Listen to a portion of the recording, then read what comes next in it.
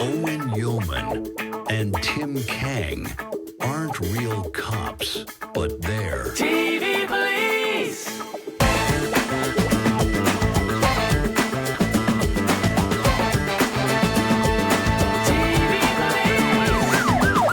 the TV police. Dano Bierbower! What's up, guys? All right. What's up, man? man? Look at I you miss you. resplendent in your Laura Ashley shirt. Has it been a difficult 15 or 20 years? I'm assuming you've just probably sat in your bedroom sobbing for the past decade or so. I think about you guys a lot. Like, I mean, this has been This is a family my show, lock Dano. screen. Yeah. Has been my lock screen for Hey, love it. for like 12 years. That's been my lock screen on my phone. I love it. I think when was that? I saw you at Soho House in New York. Was that the last time we hung out? Owen? Probably. Oh my goodness. When was that? Like, I want to say that was a good 5 or 6 years ago now. Maybe 1983. Yeah.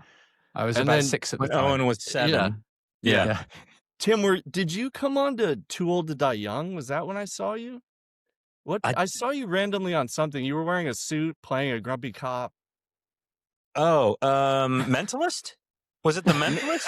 That might have been. Yeah, you might have No, put it me was on- something else. You day played on something else, and I ran into you. It's so weird. You're so As a good at this grumpy character. deadpan cop? Yeah, I can't believe that for a second. He had a brown suit on, if I recall. Oh, that's definitely the Mentalist. If it was a brown suit, you saw me on the Mentalist. Yeah, I appreciate it. Thank you. That was a I good love show.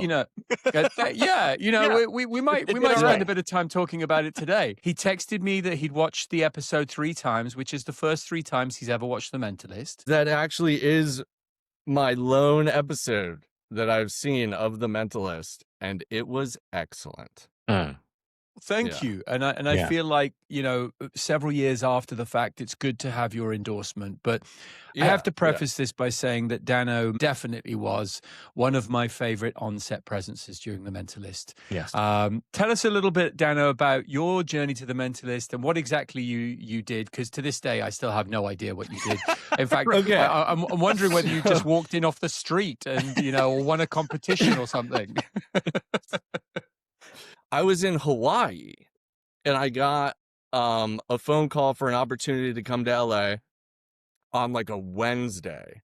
And I wanted to join the DGA really bad. I wanted to be an AD. You can't really do it in Hawaii because then you can only work in Hawaii, weird DGA rules. So I got an opportunity, flew to LA in like 2 days, essentially moved there.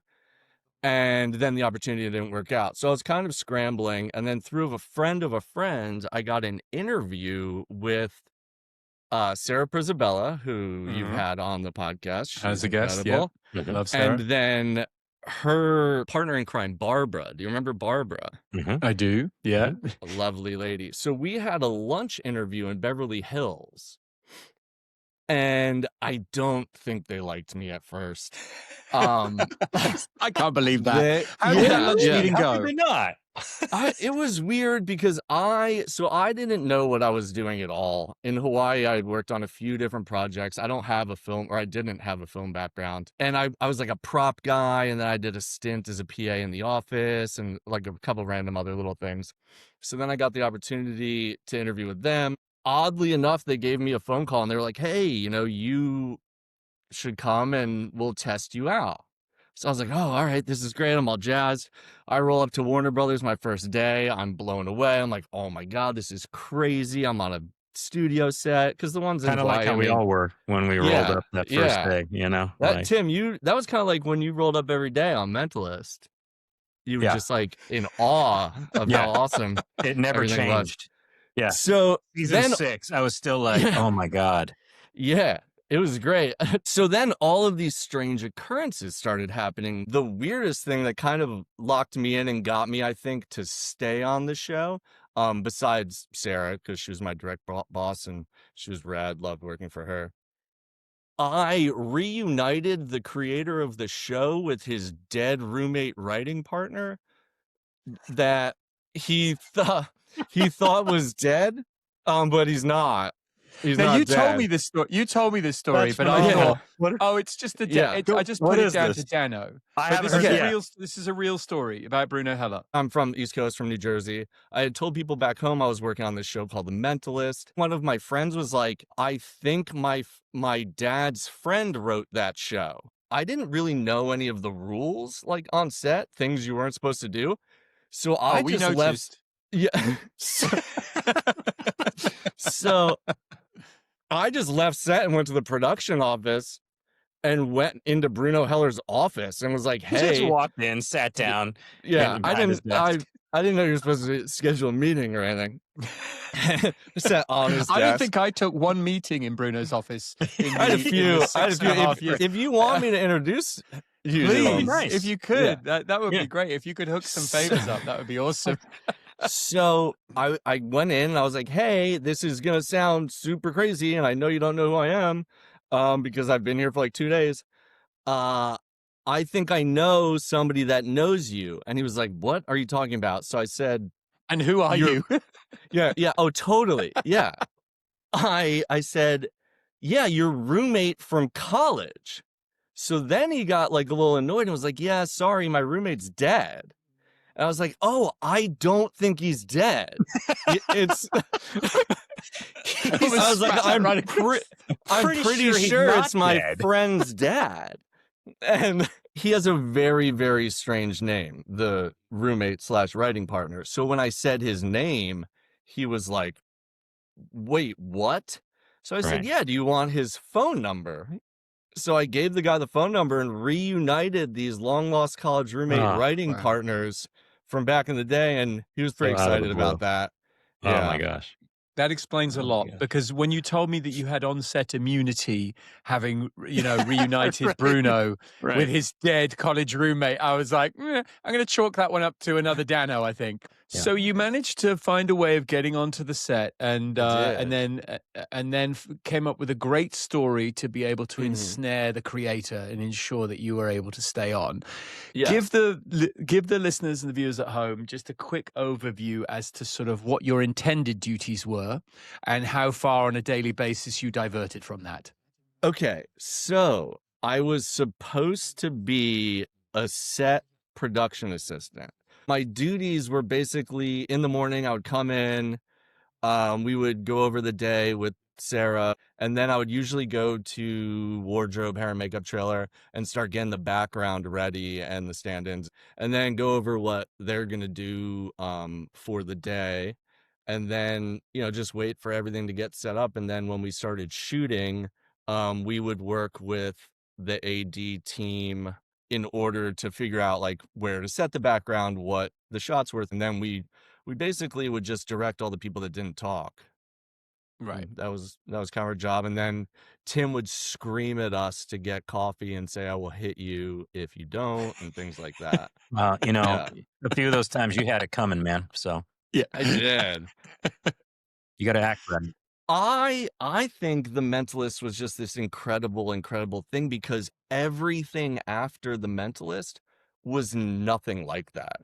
And I don't know if there was some sort of shift in the industry or what it was. So the other thing we have to mention is that Dano is also a very accomplished photographer, and you have a wonderful Instagram of work, which is, and I will say this, that part of your irreverent appeal was that I think you just didn't care for the boundaries that were supposed to be there, and as a result of that, I think you made yourself quite a beloved on-set presence. Would I be right in saying that you didn't watch the show for the entirety of the time that you were there?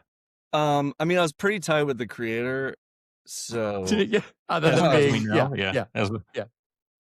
he never spoke to me after that day. Like he saw me on set. He was like, "Hey, thanks." Like once. Yeah, I never really watched anything. It just becomes such a part of your world that you just want to get away from it. You're not really watching television when you get home. So yeah, I had never seen an episode of The Mentalist until you emailed me.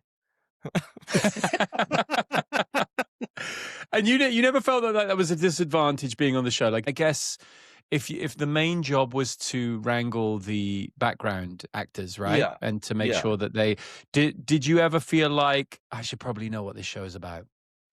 It's funny because when it comes to my actual operating of the job, I take a lot of pride in being very good at my job.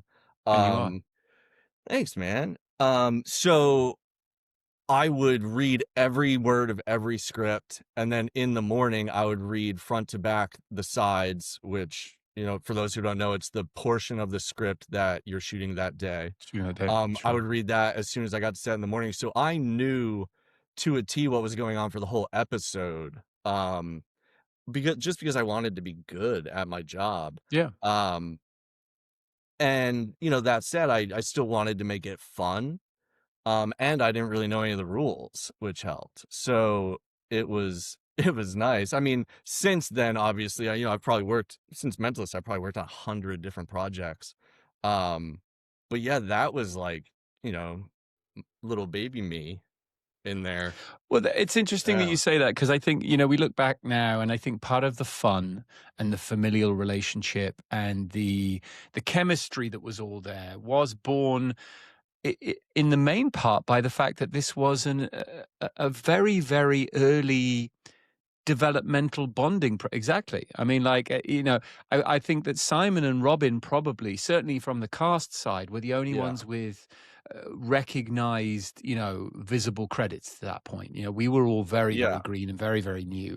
And having writers on now, having Sarah on in the ADs, we've realized that The Mentalist was such a starting place for a lot of people, and I think that working on all those projects since, how did the show vary in terms of what was that special sauce? Have you done a lot of TV post Mentalist? Do you have something where you'd be like, oh, I can easily compare it to this? I mean, you did say that, ever since The Mentalist, and you just went into, I've worked on hundreds of other things since then. Yeah. But you started the talk by saying haven't experienced anything like The Mentalist since. Nothing like it. Why? What is that? It was great. We were just all friends. Yeah. And obviously you become close with with the people you work on every set, because you're around them so much, like through proximity. You become close because you have to rely on these people for various things.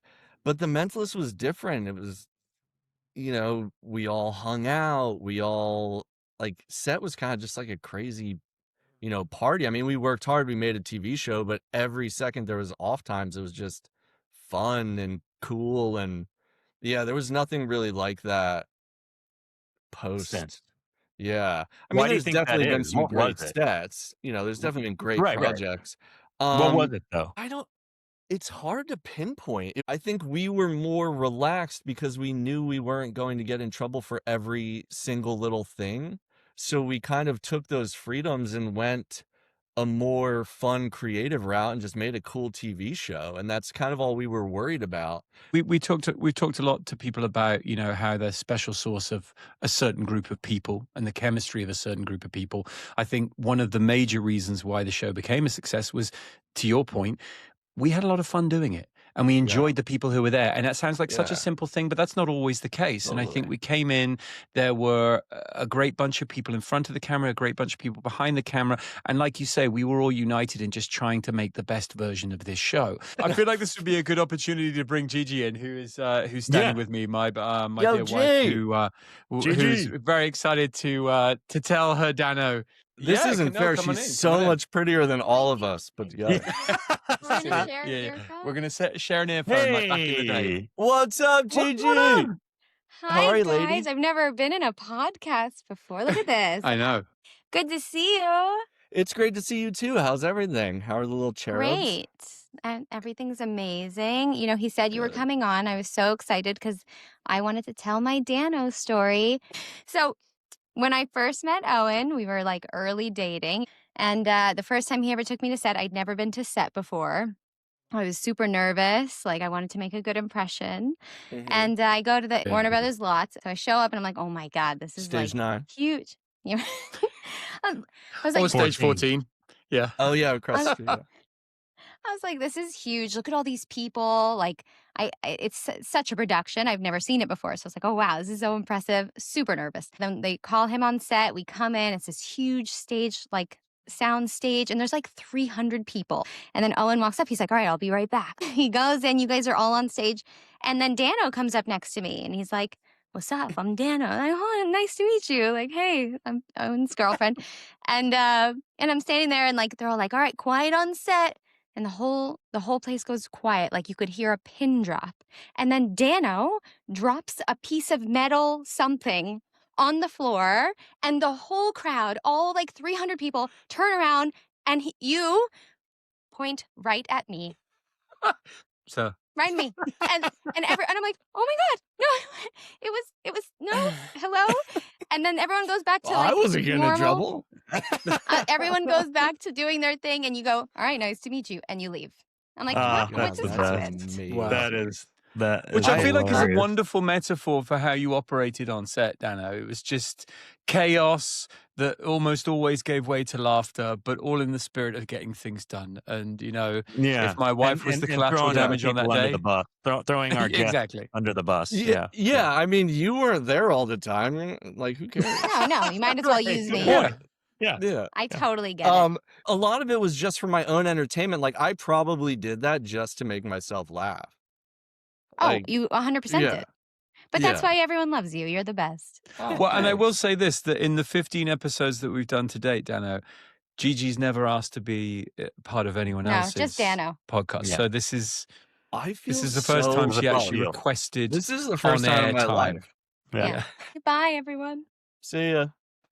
Take care. See you later.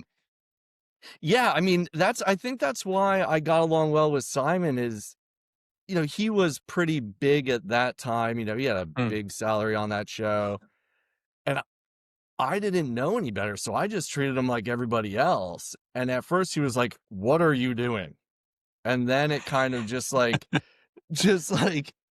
happened. And, you know, I've kind of kept that same mentality throughout. Let's contextualize this a bit. Is there an expectation to behave a certain way? Like, we get the flip side of it, obviously, as actors. So, you know, no one really debriefs you. And I think it would be fair to say that in the main, we were a pretty agreeable bunch to work with. I don't think there were too many unpleasant types on our set, fortunately. But I think, you know, can there be a sort of an expectation to be standoffish? Where does that line get placed? And are you sort of briefed in that as an AD? Oh, for sure. There's definitely those actors out there that you just kind of, you know, stay away from and don't talk to. And even if you try to be cool with them, they're still...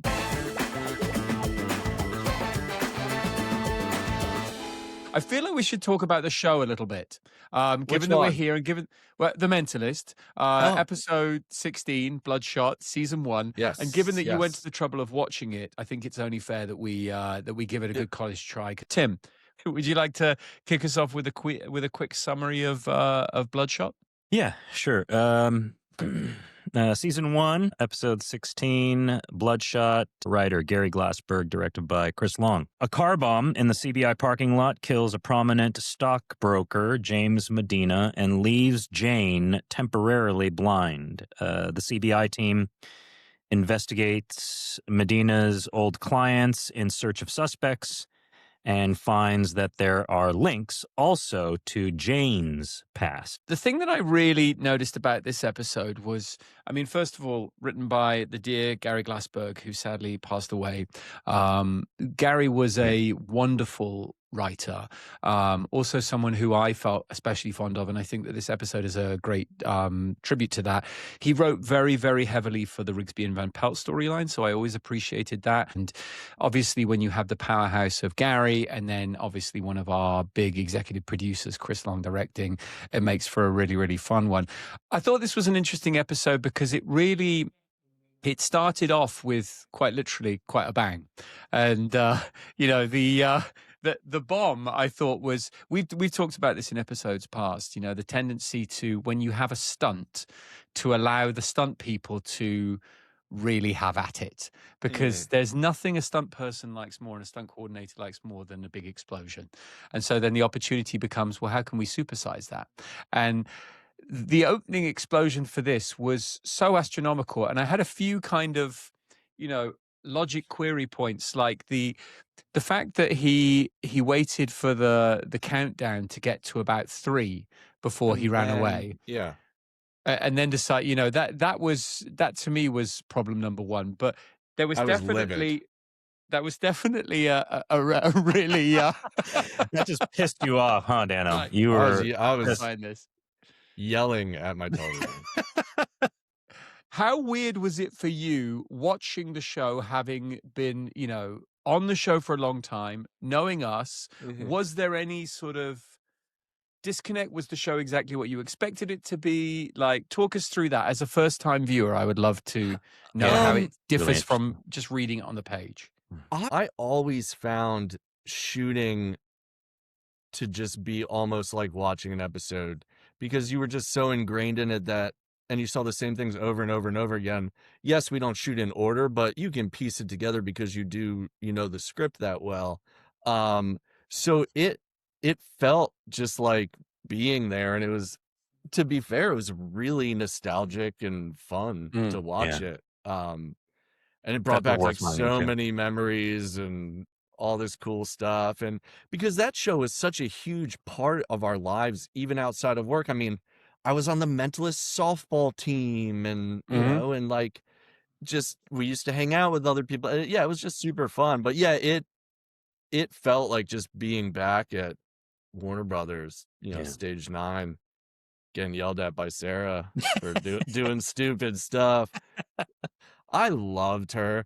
Like, she is such a hard ass on set because she's so good at her job. Good at what she does. But I loved her. I loved how she operates. Like, she always has a spot right here. She's a great woman. I feel like you kind of really encapsulated something there, Dano, which is that, everyone brought a different energy to the show, and yet in bringing their different energy, they all excelled. You were fantastic at your job, and you brought this very fun, irreverent, on the surface of it, I don't care. But the truth is, I knew you were invested. I could see that you were really good at what you did and that you cared really deeply. For sure. Yeah. Sarah, the same. It's funny. I remember talking to Tim after the fact and saying, like, I remembered Sarah being such a taskmaster, but that role it demands that, because if she wasn't making sure the whip was cracked and you were there at a certain time, the wheels fall off, So I think that to her credit and to your credit, everyone bringing their own sort of special sauce. For me, I was very glad to always see you, because you were a great de-stressor. You made me laugh very, very hard, and they were long days. I plan on hopping back on set at some point, and I know I'm going to be completely different person. The Mentalist is over, right? You won't be hopping back on that. You're Warner planning to hop in, season 26. Yeah. Guys, I'm back. I'm here for Mentalist too. Stage 9 has been completely dismantled. Speaking of Sarah, the one time I thought I was going to get fired, I wanted to be so good at my job as to try to make myself indispensable, so all of the crap I pulled, I could get away with. This one time we were shooting this, it must have been a couple of episodes in a row, and it was hell on earth, stage 9, single room interrogation shooting, where basically everybody just stands around and does nothing for 12 hours a day, because you're just, same lighting steps, like, those days where you're always in the same room. Yeah. So me and some of the other PAs, we found that all of the sets that were built had this area in the middle where if we moved one of the walls, you could close that wall up and you were in the middle of all the sets, and they were just surrounding you, so no one could know see you, that you were in there. Yeah, we set up like this little hangout. We stole chairs from like one of the other sets and moved them in there. We had like Crafty set up in there, and we were just hanging out all day in this like little like clubhouse we made. And I guess, when you tell those jokes and you just can't stop laughing? I vividly remember that happening, and somebody just couldn't stop laughing, and all of a sudden you just hear like, roar, and the wall moves, and it's Sarah, just beat red. Oh no. And it wasn't like, oh, I caught you. It was like we were in a living room that we had built on set. Couches, lazy like boy. I'll just hang out like eating, and TV she setup. lost her mind. She was like, You got a "Get hot- back to the AD trailer." We all just like lined up outside the AD trailer. Like a How many firing of you were in squad. there? Like 4. Yeah. Oh my god. Yeah. Oh my, I have So no yeah, idea. that I had was no the idea this. that was I've done that on multiple sets. We yeah, that was the closest. I think that was the maddest I've seen her. I can barely dare venture to ask, but did you prepare a one-word remembrance for this episode? Mm-hmm. Why don't you kick us off? My one-word remembrance is hair gel. Hair gel. Nice. Love that. I feel like I know where that might be going, but sure. Mm. Yeah. It was quite a distraction for me throughout the entire episode. I agree with you, by the way, and I'm going to, I'll weigh in on that. What's yours, Tim? Yeah, and mine is Oh, Wobble. wobble. Oh. I think Now I might mine- know what you're talking about. Superpowers. Superpowers. Or just powers. Yeah, those are my words. Or word. We all managed to keep it to one word. No secondary word today, Tim? No, not today. I love that. Yeah, I did it. So talk us through hair gel. So, I mean, I think I kept losing the plot of the episode because I was staring at your spiked coif so intensely the entire. I was like, I thought you were like the lead singer of Sum 41. For a couple Yeah, of there was minutes. definitely that was the hair you talked about, Owen. there was an recently. early Duran type vibe going on, and I actually mentioned this to Tim a couple episodes ago. I was definitely going through an experimental hair phase at that point. It was 2008, guys. You know, I didn't know any better at the time. I remember thinking, if I just apply more hair gel, it will keep getting better. But if there it was a gets heavy spikier. there was there was a heavy amount of hair gel going on in that episode.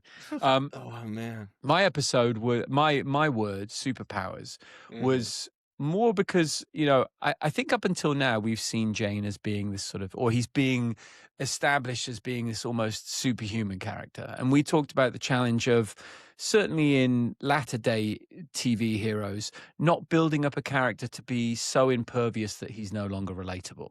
And so I think the ability to take away someone's power, in this case his vision, is such a big part of what he does, because, you know, the mentalist thing, we joke that the mentalism is quite often starts with him walking around a room, and I joke that Patrick Jane would be screwed if he didn't have a living room full of family photos to sift through, because that's usually the MO. He would go in, he'd be like, let me just, you know, and you realize that all of these things do come from a very subtle ability to just pick up on the clues that are there. I can tell you're married because I can see a picture of you at your wedding. You know, all of those things being stripped away and suddenly now having to rely just purely on the psychological, that was really, really interesting to me. Also seeing how, you know, there's a superpower in denial. And I think what we have here in this episode with Rigsby and Van Pelt is the denial of feelings. And so for me, this was the first time that you actually saw that being stripped away and Rigsby and Van Pelt being honest with each other about their feelings. And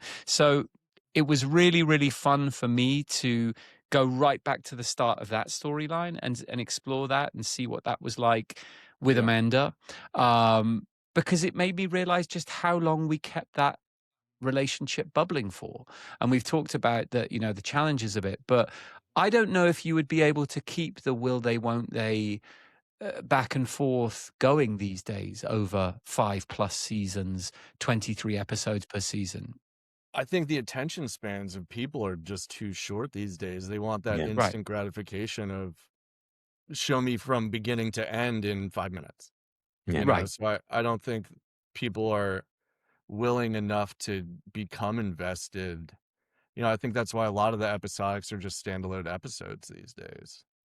You know, and they don't, I mean, they'll touch maybe in the first few minutes of a few things from the last episode, but, you know, then they'll go on to a completely different storyline. And I think that's just to hold viewer attention. We've asked everyone, what do you think Mentalist 2025 would look like if the show came back? Squid Games, most likely.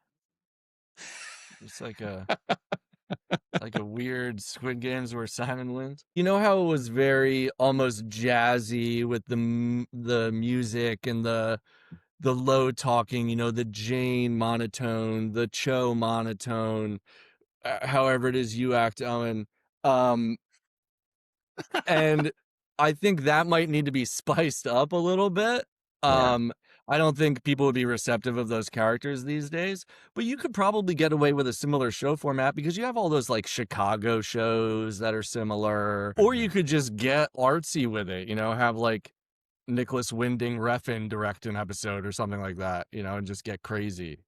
Yeah. What I do you think think that it is would about? What do you think it is about procedurals, about, you know, the holy trinity of medicine, courtrooms, and cops, right? I think it's for the same reason that, you know, people wake up and they have the same breakfast every day, drink coffee every day. You know, by the end of the episode, you're going to be satisfied. You know, there's not going to be this cliffhanger. I just think it was a comfortable place to be for people. We always knew it was doing well because they would come to set and tell us, you know, somebody would come from the office and be like, hey guys, this week hit, you know, 5 point whatever the numbers might have been. So we knew what was going on. They were pretty transparent with that. I always found the relationship between crew and actors to be strange. That whole thing where, yeah, they kept everything from the actors, and it was like, you were part of the crew just like everybody else. I don't know why, you know, you weren't brought in more to find things Right. out, or, you know, instead of every single person from the crew being like, oh my God, somebody not tell him not to spike his hair. Like nobody Well, told I think, you. you know, look, a part of it, I think, is that, you know, the mercurial nature of, let's say, quote unquote, most actors, you know, it's Sure. like Yeah. they can't trust us, you know, production can't. We're not Yeah. grown up to them, generally Yeah. speaking, right? I remember sitting in a trailer one time, and this was on a different show. It was when I first started. Mhm. One of the PAs took me from my trailer. And I said, I got to go use the bathroom. She walked me to the bathroom, waited in front of the bathroom, then walked me to the set, then waited out for me, then walked me back to my trailer and did that all week long and I'm like, I know where the bathroom is. I know where set is. I don't need It's you so crazy. to hold my hand. But Yeah. because they don't trust actors, we're going to go off and wander away and not go to set. Not so much a summary. These are my 3 bullet points of things Love that it. I kind of enjoyed. Yes. Now, is that and this is directed at Owen. Was that the first time on screen you've ever been referred to as Butch? Because I've always thought it. I just have never Yeah. seen it written It into took the someone script. else from the nightclub Hype to be able to point that out. It's like, yeah. I mean, Hype got crazy back in the day. I mean, Yeah. Oh, yeah. I actually quite like that line. You're going to have to lose the backing dancer to Yeah. Butch. That might be one of the that might be one of the first network Yeah. References. Yeah. references to my butchness. Yeah. Okay. My next one was that's definitely not the first time one of Amanda's boyfriends has been found to be a killer. Well, let's get talk real. about that. Like Yeah. Van Pelt's terrible Let's dig into taste that. in men. I was just Because- talking about real life. Right. How was it? Dan Hollenbach. Like, Yeah. like sometimes a character gets so important so quickly that there's an immediate stink on it. You know what I mean? It went 'Cause from right like 0 to 100 with that guy. right? It was like, oh, it's Yeah. Dan Hollenbach. Dan Yeah. who? We've never seen Dan Hollenbach before. Yeah. And No, then he's a suddenly he was murderer. everywhere. Yeah. I thought it was a nice clap back to the previous episode, because wasn't it the previous episode that I had gone off for a drink with one of the country club women, Tim? I feel like it was, Yes. right? Yes. And so, you know, I guess all is fair. You know, I was off with my middle-aged cougar. So she was and, allowed to She date a dipped into a bomber. little Dan Hollenbach, you Yeah. know? Yeah. I think my next point was when you were in the bathroom and you went all creepy uncle on Dan Hollenbach. Yes. And you were like, "Whew, sorry to get heavy with you for a second there." And then you turn around and this 125-pound dude works you over. I did notice that. I did notice that. And I think we'd had a conversation You're about like that at the twice time. his size. even Dan Hollenbeck said to me, he was like, how am I supposed to get the better of you? It's like you are literally towering over me. But in what fairness, are you, like 6'3"? 6'4", 6'4"? you know, in the right light. Yeah. with a head. Yeah, with a headwind. Now I've completely forgotten what I was going to say. Like, we're talking about you getting beat up by somebody much weaker. Thank you. And the only way it was plausible, and I think we actually worked this out on the day, was that if I turned my back to him, because then I do believe he laid into me with a gun. Right? It wasn't just. I wasn't getting punched. He took the gun and gave me a good, you know. But you're right. I mean, what is it with Van Pelt? And I thought the line actually was great, where he said, "Oh, Idaho, famous potatoes," and she was like, "No, it's Iowa." That was amazing. Guess what's Iowa famous for? Gullible women. Loved it. Gullible women. That was really funny. That was a great line. With bad taste in men. I remember watching the scene where Simon touches Lisbon's face. And actually, you know, there's a moment where I come up and Rigsby's sort of embarrassed and then excuses himself. But it was, for me, one of the really early acknowledgers of there being more than just a work relationship there, you know, and they were building that from day one. And it's interesting because Bruno apparently never wanted to go down the path of Lisbon and Jane together. This has been chaotic, you know, just all over the map. Everything I knew it would be. And I love you for it. Thank you so. If you need like another host for the show, I can be in like a smaller box in the corner. I mean, we might do a picture in picture. Here. You can give it, I can just be in one of your eyes. Absolutely. Pirate Dan, this has been, well, I'm trying to think of the word. Tim, what has it been? Phenomenal. That would be amazing. Hilarious. Yeah. Bearded. Yeah. All of the above. Yeah. We love you. Thank you for joining us. This has been real. Thank you so much. Really appreciate both of you. Miss you both. Appreciate you. Miss you, man. Can't wait to chat with you guys soon. Talk to you. Tim.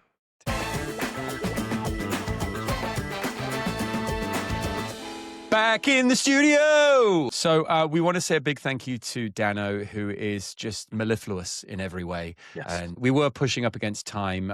Tim had a hard out. So we wanted to revisit our analysis of the episode, and sad that Dano obviously can't be here to continue that, but we would like to thank him so much for being an awesome guest. So diving straight back into episode 16, Bloodshot. And this was a really, really strong episode, I thought, and interesting because I thought it was the first episode that was overtly critical of Jane.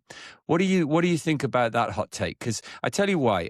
I was reading some comments the other day, and there was a really interesting take, and one of the fans had written, rewatching The Mentalist now for the fourth or fifth time, and I'm finding it harder and harder with each rewatch to be sympathetic to Jane. And I thought that was a really hot take and an interesting one that I wanted to discuss with you, because this episode engages with that. The charlatan version of Jane plays pretty fast and loose with people's lives. And for the first time, we're really seeing that outside of just the triviality of, hey, team, come do this. It might be a bit risky. We're actually seeing the real life ramifications. What's your take on that? When you watch an episode is different than I may onboard an episode. And so for me, the episode itself, I was confused by it on some levels. And the way that characters were portrayed were different in this episode than they have been in the previous, let's say, 3 or 4 episodes. We're creating this sort of momentum, and, you know, it all feels like it's slotting in. And then this episode comes. Now, I'm not sure if it was a performance issue or if it was a writing issue. And I'm going to most likely go with the latter on that, how Jane is coming across. I think that could be a symptom of what I'm talking about. Let me dive in real quick on my word. And to remind everyone, my word was wobble. Okay. And what I meant by wobble is the episode felt a little off to me in some ways. Yeah. Interesting. To go back and address what the fan had said about Jane, I agreed with that. In fact, I wrote down on the notes here, Jane is more testy touchy at the doctor, a bit mean. Yep. And that ease with which Patrick Jane floats through life is gone now. Now, given he's blind, sure, that's a huge life-changing thing. But he says it, doesn't he? He said, "Oh, it's the blindness. It's making me mean." And he says as much, correct? But to me, it was a facet that we hadn't seen, and so it was a little bit jarring. And even if he did say it, it was jarring, and it felt out of place. Going back to our love of Shakespeare, there was something sort of Shakespearean or very what I would call tragedy sort of motif about this. That I'm thinking Oedipus, I'm thinking King Lear, the blindness as a form of introspection. When you can't see out, you have to see in. And I think that what was interesting for me, just to sort of put a finer point on exactly what you're saying, this was the first time that I felt like we'd had the opportunity to see Jane wrestling with the after effects of what he'd done. Very easy to be the guy in the nice house cashing the checks, not really thinking about the clients. In fact, there was something very callous. You're talking about the episode now, right? You're talking about him having to deal with his past. Specifically in that flashback, that first flashback. I'm trying to remember. Is it with Carol Gentry one? Yeah, the Carol Gentry one. The lady who then subsequently commits suicide. So we've got this sort of layered. Like you got the Dan Hollenbeck, obviously. Is it Hollenbeck or Hollenbeck? Hollenbeck. Hollenbeck with an E. Okay. So, he lives that out in real time, obviously the after effects. But Carol Gentry was an interesting one, and there was a nice little device at the end of that flashback where you see Simon sort of saying, "Oh, time's up," gets the check, throws the water, and for me that was a very different Patrick Jane to the Jane that we know. Maybe a slightly humbled Jane, a much more contrite and obviously post-tragedy Jane. But after he came back from the flashback, you mean? Okay, gotcha. But also the Jane, I guess, that we meet in CBI post the murder of his family, that obviously has massive ramifications and changes a human. But when you go back and you see the pre-tragedy Jane, it's not just the suits and the slick hair. There is something faintly charlatan about him, faintly sort of unlikable, quite honestly. Well, I don't know that it's faint at all. It is unlikable. Right. Yeah, it's apparent. It's obvious, right? Yeah. That's something that I hadn't really maybe had an opportunity to fully realize. And I think for me, that's why this episode, I agree with you. I think that structurally, this episode did jump around in a bit of a sort of neck-breaking way. But thematically, I thought it was a milestone for us because this felt like the first time we were overtly critical of Jane and the first time that we introduced consequences, because I think Jane has been allowed in the CBI to live quite a consequence-free life.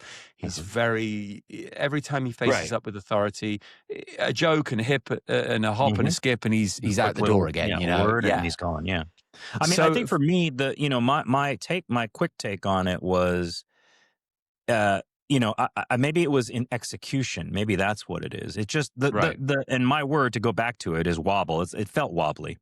Is what it did. And so your wobble word, it's not easy to say, your wobble word is a sort of reference to the episode as a whole. Do you feel like this is a reference to the episode as a whole? But you didn't have any problem with that, huh? You looked at it as a milestone. You didn't see any sort of, wobbliness that I saw? Yeah, I felt it was in very assured, and this is what I love about the show. This is what I love about entertainment, and I guess art in general, is that everyone has their own take on it. Yeah. So to address your point, I think it's interesting, and I think both things can coexist. I totally see where you. I think the show structurally is always a tricky one. I think you and I have had more than a few opportunities to say that when we've come to the end of an episode, we've needed to rewatch it to clarify it, because sometimes there's an awful lot going on in 45 minutes, but the truth of it is that I guess I was focused a little more on the theme and the story, but I can certainly see where you're coming from, which is, I guess, a strange thing to have to discuss because it's in the hands of very assured filmmakers. We've got Chris Long, obviously our number two, who for all intents and purposes was our day-to-day sort of, on-set showrunner. So it couldn't be in safer hands there. And I felt like the look and feel of it was very Mentalist. And Gary Glassberg, obviously, very few people bigger than him in the procedural world. I think also I might have maybe got a bit more out of this episode in the same way that I felt a bit more of a passenger, say, in the fabulous episode that was Crimson Casanova, because that was a show moment. I did have a soft spot for this episode only because of what it allowed to unveil about the Rigsby and Van Pelt storyline. This was the first time. Funny enough, that part I thought was spot on. And I think, I wanted to talk about a few of the moments that you and Amanda had. I thought you guys knocked it out of the park. I don't remember this episode making this big of an impact the first time around, maybe because I didn't have a chance to really watch it. The morality engine episode, I remember Nina saying, we didn't know what we were going to do with this thing. Like, oh my God, what do we do? It's calibrated for evil. Yeah. Right. So I kind of feel, in some ways, it's not necessarily the script solid, the story solid, the storytelling solid, the camera work solid, but those pieces might not necessarily come together and fit. And that's the feeling that I got. So that's why you're getting a more of a generalized description of Wobble rather than was there something about the nature of the actual story itself? Was it a guest actor? I thought the guy who played Dan was very solid. I thought he was great. And that's what I enjoyed his performance. No, I just got through saying that, right? Like everything was solid. Right. It just happens to be that all those things kind of together, to me, didn't gel the way it normally does, the way that it has the previous episode and the episode before that. That's been the interesting thing, I think, about us doing this rewatch too, because for the first time now we're watching these as, to use Crystal Watanabe's sort of analogy, as an extended movie almost. Yeah. So I haven't had the opportunity to do an end-to-end rewatch of The Mentalist. So now it's becoming very apparent, those episodes that feel a little different or a little structurally off or maybe just not what we have come to know as the show. And look, it was a conversation I was having this week. 23, 24 episodes of storytelling, that is an enormous undertaking. And you and I have joked about it, even doing TV Police.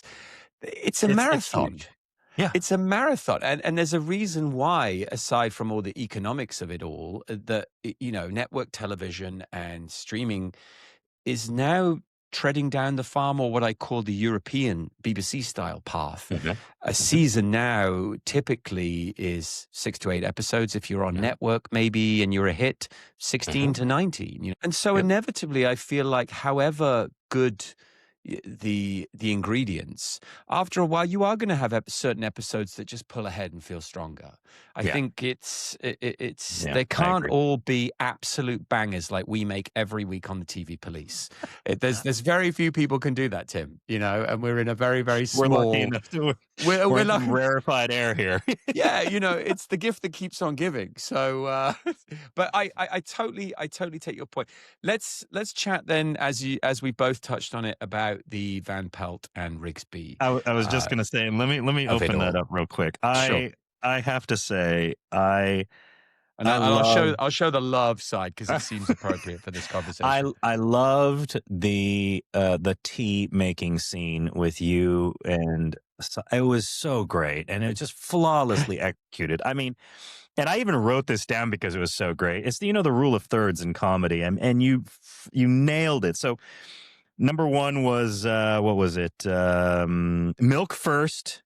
Number two was truly boiling, and number three was tastes weird. And tastes weird.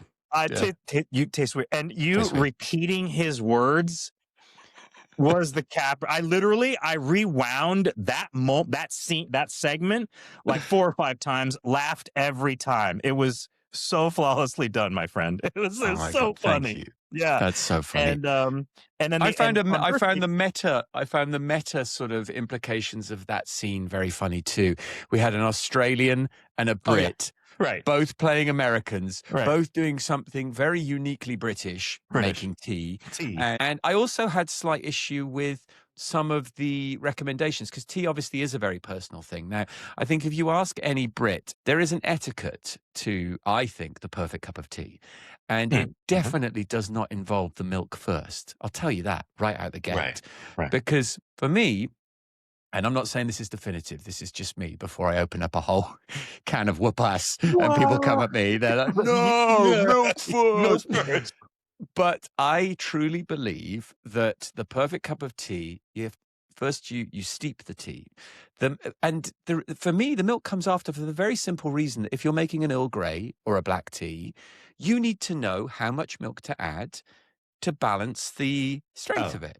I take the tea bag out and then I drop the milk in accordingly. And then I know the color that is... Yeah, after years of tea making, I'm like, that's a nice golden brown there.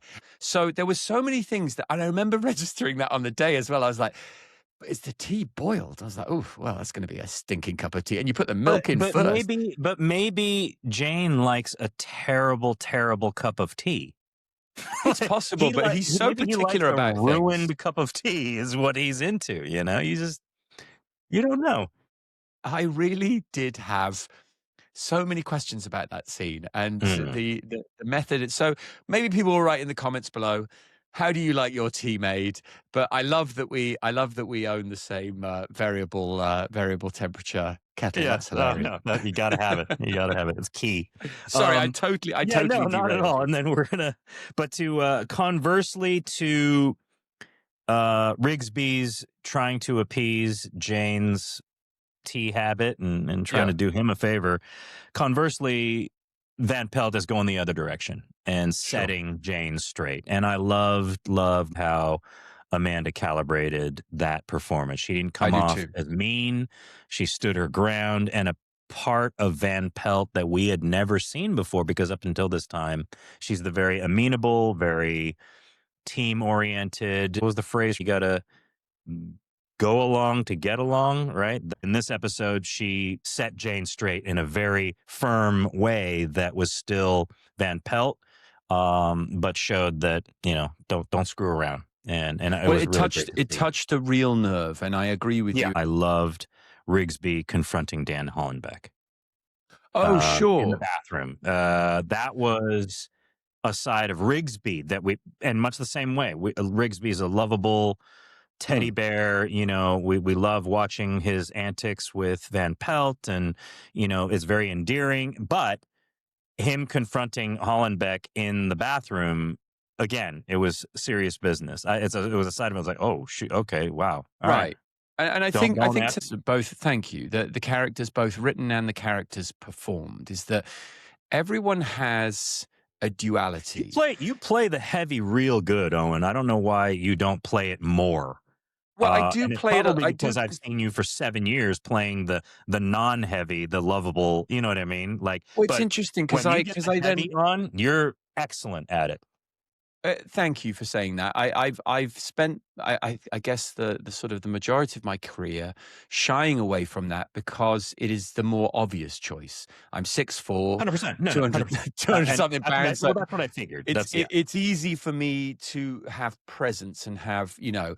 So what I am always interested in doing it, rather than sort of, I guess, double underlining that, is playing against type a little bit. And what I wanted to do with Rigsby, in the same way that I guess Jane wanted to steer him away from being I'm the leading man here and making him a coward, which was a far more interesting choice. Right. Your stoic sort of deadpan meeting up against what we've seen in Crimson Casanova, which is a very, very emotionally available, albeit logically guided, but really beautiful, potentially sentimental human who we just haven't seen that side to. Similarly with Van Pelt now, we're beginning to pry that open. And I wanted very consciously in Rigsby to have the sense of, yes, this is a guy who was probably a football player and probably been in a few fights, and yet doesn't lean heavy on that, because in life, I also don't do that. You know me, like most people are like, oh, you're a big guy. And I'm like, yeah, but you'll never find me asserting that. I'm quite the opposite of that. You don't need to. Right? I mean, sure. And I think it makes for a far more interesting choice. You walk in the room and it gets darker because you're blocking out the sun. So there's no reason for you, Owen, to puff out your chest or anything else. We all know you just entered the room, you know? So. Sure. I mean, I do have I think I spent a lot of time in dugouts or especially if I was in a scene with Robin. I mean, it was. There were Rigsby apple boxes specifically for Lisbon, Lisbon and Rigsby seats, and that's why to continue the playing against type. That's why I love the fact that when we go to see Terry Andrews, is it at the Hype nightclub? It's not me who does the butch, the takedown. It's Pocket Rocket Teresa Lisbon with her, So I thought. Mr. Andrews. But I do think that those choices and those, I guess what you would call the paths less traveled, make for more interesting things. I'm always far more fascinated by a duality in a character. I was going to say one of the technical opportunities afforded by the blindness, I thought, was that we saw it used comedically when everyone's scattered with the, can someone make me a tea? And I was left there. And then he was like, Rigsby, which I took sleight of hand side. I'm assuming it's because I wore a very nice amazing cologne. Aftershave. Not that I just stank. But the Van Pelt scene was great because it allowed her that wonderful moment of introspection. And did we ever touch on what that event or what that kind of childhood upset might have been later? I'm trying to remember if we did. I mean, we may have, and Crystal, what is it? Sure. You can, But this is also to your earlier points, and I think, to the point of what we were talking about, things do get picked up and put down inevitably. And I think that maybe to sort of give context to viewers at home, there are many, many cooks in these kitchens. So even the storyline as conceived by the writers, as sort of acted out by the actors, I did think about that in that moment. I was like, I can't remember a time where we revisited that, but I thought it set up something really nice. And I hope we do. And I hope I'm wrong, because it would explain quite a bit about we talked about it with Erica a little bit in the last episode, where she said the quietude of Van Pelt would be a problem today. I don't know if I agree with that. I think there are many, and in fact, someone had written as a comment underneath the episode, I actually really appreciated Van Pelt's sort of initial quietude, because you have to remember, she's also the newbie. And there is a sense of, okay, let's just sit, let's just watch, let's just assimilate into the team. And I thought Amanda, to her credit, played that beautifully, because the rest of us had to honor a CBI history. We'd all been together, since the days when Rigsby had his... I think too, maybe, we have to remember the context of how we came up versus how a 2025 mentalist would come up. And I think for what Erica could have meant... 2026 even. Well, 2026, yeah, sorry. But when we were talking, it was still 2025. No, but what she meant was, we can't take that slow burn, can't happen that slowly. That quietude of Van Pelt needs to kind of go away a lot quicker than it did, in our show. Right. But not that it can't exist, but she needs to assert herself a lot quicker in this day and age, potentially. Right. In this format, I might add, because I think there are plenty of wonderful examples of slow burns in features and in other series. But I think you're right. I did note that this episode felt a bit splashier than usual. I thought the explosion at the start felt very much it was like, we spent some good money on that. Visually splashy, but maybe less of it was like all of the concepts were there and all of the ideas were there. But I think it also got tripped up by a very, very simple thing, and that is the depiction of blindness and the acting of blindness. I think that always has the potential to wobble, to use your word. Yeah. Okay, so at the end of the spectrum, we have Scent of a Woman. Perfect way to play blindness, okay? And whatever you think about Al Pacino, amazing. Playing blind for an entire episode is not easy, because even if you are doing it very, very well, there were a few moments in this episode where I noticed that Simon sort of unwittingly knew where people were. Yeah. Like, what are you doing? And he just seemed very, and you could argue, of course, that maybe he's just become attuned and his hearing has become much better. But it did, for me, raise a few practical questions. I always marvel at when folks who are hard of vision or completely blind are using the walking sticks, because I can't. I look at that and I'm like, is that a reliable way to get around? Because I remember putting on those glasses that make you sort of completely unable to see, and having a go with that. I didn't know where it wasn't helping me at all. I could tell I was banging into stuff, but I had no sense of then how to compensate or move accordingly. Well, I think with the stick, with the stick, the cane, I think when you're blind, the end of that stick is like an extension of your arm. That's the sensitivity. You have no sensitivity. You're holding a baseball bat. Owen, when you do it.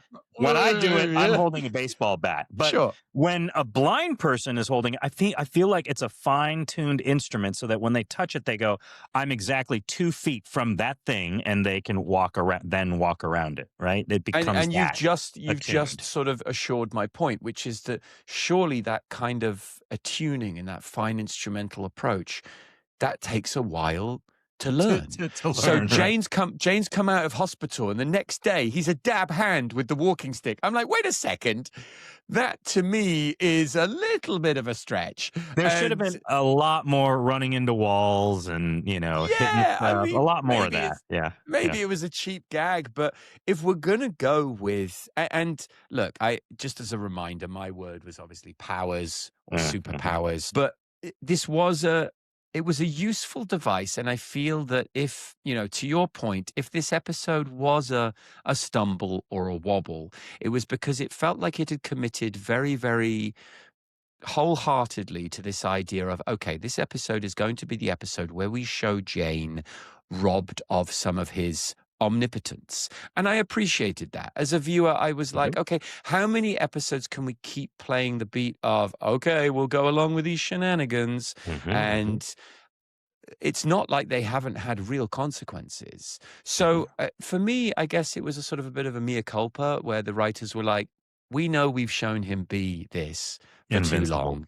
And maybe this is our way of taking that away. As a device, I thought the blindness was tricky in its presentation and maybe stumbling in its execution. It was a useful plot design in that it now showed our lead guy being forced to reckon with. There was a beautiful moment in that same scene that you were talking about with Van Pelt, where Simon comes out of the remembrance, assumedly is remembering that this poor woman killed herself. And I felt like it was one of the first times where, perhaps outside of his own personal remembrance with his family, it felt like one of the first times where maybe he was reckoning with his body count. What I put in my notes was he's an emotional terrorist. He invents and justifies his guesses and the harm that they can cause. And I don't think up until, because if you think about the actual reality of being blind, it sends you inward, doesn't it? And that level of introspection, I think, is something that was probably not present at all in Patrick Jane's. Well, I feel like I said, it wasn't the acting, it wasn't the execution, it wasn't, it was just all these things kind of coming together that just didn't jive for me. Real quick on that note, I feel like the part of that wobble as well maybe is the extremes of who Jane is because of that blindness. There's a bit of a and maybe it's put on and maybe it's the character putting it on, but he became a little like incorrigible back at the CBI right after the blindness. He had that police officer walk him in. He was being a bit of a dandy about everything and oh, woe is me kind of a thing. And so in that sense, we're hitting these extremes. At the hospital, he's being this sort of mean-spirited, sort of bad mood kind of Jane. And then back at CBI in the aftermath, He's like a 5-year-old, all of a sudden. And so it's interesting. I think that I was like, where is this guy coming from right now? What is this? So I think that's maybe part of that wobble that I was describing. I had a thing where I went to a doctor, and the nurse tech said, "Oh, well, let me clean your ears ahead of seeing the doctor." So she cleaned them very vigorously. And I remember at the time going, "Oh, man, that really hurts." And she was flushing them with like water. And turns out she perforated both my eardrums. So what I then had after that was 2 or 3 Did it heal up days. at least? Yeah, it did. And I was actually okay. I was actually filming the show at the time, and I was terrified because it happened on a Thursday and I was filming on a Monday. Now, anyone who's had water in the ear, there's something that makes you immediately very sensitive. Like, not aside from my balance going, I couldn't hear properly, and it gave me terrible headaches and made me feel really nauseous, and it messed with my eyes as well, which was the whole combination of all those things made me understandably very cranky and very kind of sensitive. So for me, all of that petulance that was coming in the post-accident for Jane, that actually made sense, because I was like, oh, I relate to that. I remember that feeling. There was also a touch of, I wonder how much bad luck one man can suffer. And you would be probably well within your rights to say, okay, this sucks. I've had my entire life robbed from me already by this serial killer, and now I'm blind. Come on. How much does one guy have to suffer? So for me, that there was justification there. I totally hear what you're saying, but I did find a way to justify some of that petulance, I think.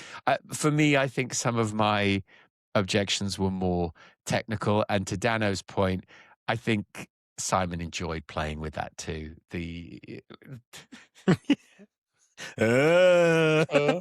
Oh, sorry. Didn't realize my hands were there. Just to sort of round things out on this episode, to me, I think this was an episode that favored spectacle maybe over insight. There was a lot of spectacle. We crashed more cars than I could count in that parking lot.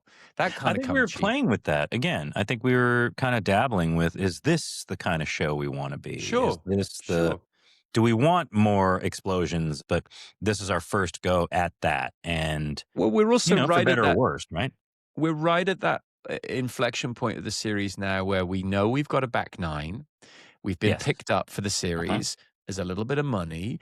And also with that, I think you have to up the ante and you have to up the stakes. Our show is, as many people have remarked already, a very cerebral show, a clever show, a show that allows you to have a little smarts and guess who done it. But at a certain point also, we do want to still keep growing our audience, and we do want to find ways to be able to make that formula not feel so formulaic. So I think some episodes do have to feel a little bigger and a little flashier and a little bit more. I loved the fact that in the Van Pelt, and I know I'm jumping back, but the Van Pelt and Rigsby thing again is just, and I think this was a perfect example of how you tease something long burn. There's that moment where they almost kiss in the bathroom after he's been terrorized. Oh, just real quick, sorry, not to interrupt and we got to talk about it. That was Arik. Do you remember? Arik, I was going to say, so we were, yeah. So Arik coming in, and I remember Arik being so excited because I can't remember if it was a role that was going to be cast or if it was just one of those things that on the day someone went, oh, it'd be cool if a janitor came in, and then like Sarah, one of our ADs, Arik was like, oh, I'll do it. And it's just a brilliant moment. Oh, sorry. Excuse me. Good. Yeah. But yeah, no, I was literally about to bring that up. So if Arik is watching, hello, mate. Nice to see you. And a wonderful, I don't know if that was a screen debut, but it felt very assured.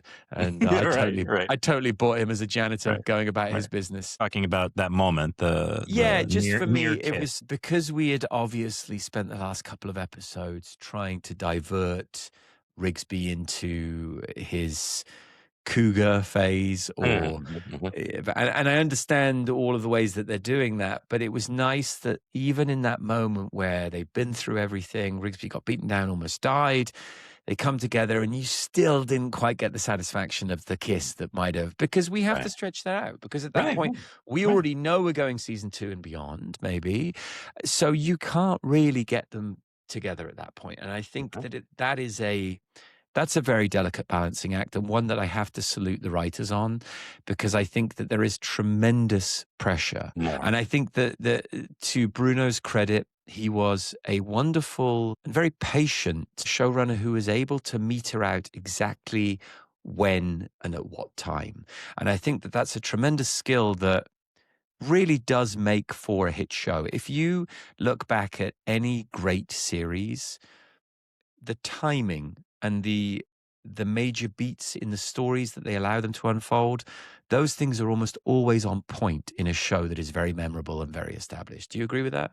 Absolutely. I 100% agree with that. Next episode, are we solo, you and I, or is it going to be? We are solo. It is Carnelian Ink. Carnelian and Ink. It is inked by Bruno Heller. This has, as always, been a lot of fun, and we want to thank our agent of chaos, Dano, who and hearing his story about how he reunited Bruno with his dead roommate makes so much sense now, because I was like, how does this guy keep coming back? And now I know he went straight to the top.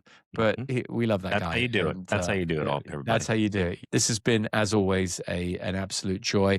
I know I touched on it earlier and we did a little segment, but I will say as a closing piece, make sure that you go to our YouTube channel, which is youtube.com/The TV Police Podcast, and make sure that you sign up for memberships there, not just subscriptions, but memberships, because Tim and I are currently plotting some very exclusive members only events. So if you want the opportunity to do that, then make sure you will get given the honorary tin can badge next to your name, so everyone in the community will know that you're kind of a big deal.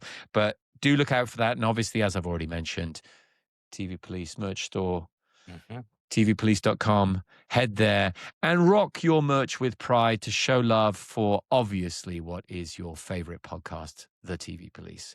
Mr. Tim Kang, always a pleasure. I'll see you next week, my friend. Thanks all.